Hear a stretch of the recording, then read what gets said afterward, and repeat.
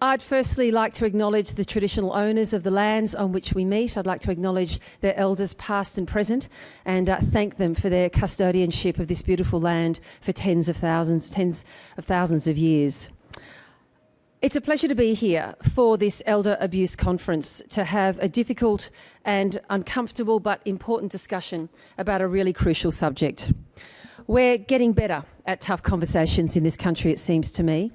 But just as the recent Royal Commission into Institutional Responses to Child Sexual Abuse showed, there are dark corners of this society. There are aspects of ourselves where we let ourselves and others down.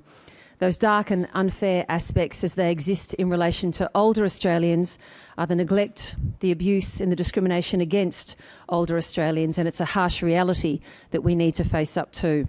So I'm really delighted to be part of convening those conversations today. And I'd like to thank, if I could, and I think we should all thank together, Senior Rights Services for putting together this great conference as they have this year and previous years. It's a tough thing to get your mind around, and I was reflecting on this coming here today, knowing that I'd be part of these conversations for this first day of the conference. Like many of us in this room, I was raised by extraordinary parents, and I was raised in particular by a really strong mum. You have to be to have 7 children. I'm in the middle, couldn't you tell? And she was and has been all of my life a force of nature. And to watch her, as she's now in her mid-80s, become an anxious, nervous, frightened woman, subject to anxiety and subject to nameless fears that I wouldn't have thought she could even recognise as this powerful, intelligent, strong woman that I've known all my life, has just been such a shock to me. And I realise now that she's vulnerable. She's vulnerable to anyone who might like to prey on her.